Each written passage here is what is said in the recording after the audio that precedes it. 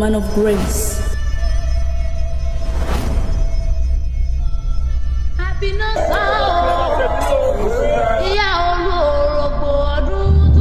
When songs nearly became slaves to shadows, Moremi rose, the spirit unbound.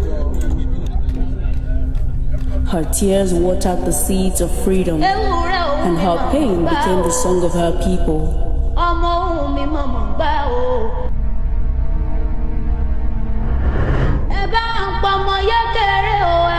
Moremi Ajasoro.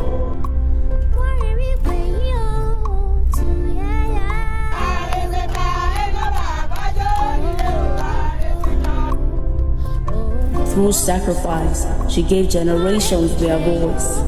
And through courage, she lit the flames of hope that burned today.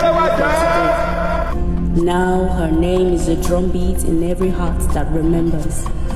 Her spirit walks in the dawn mist of Ile-Ife, whispering to daughters yet unborn.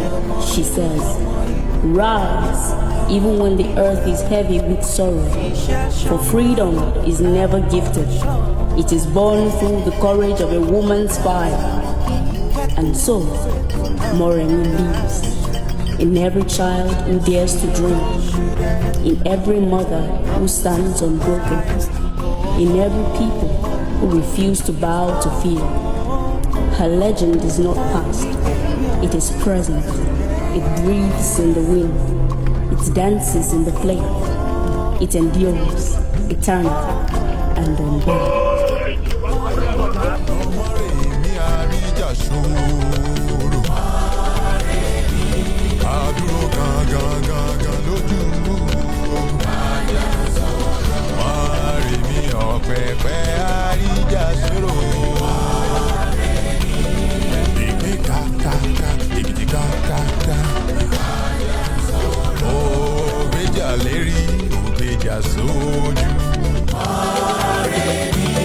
Àfìtì gbàgbára lọ́wọ́ alágbára.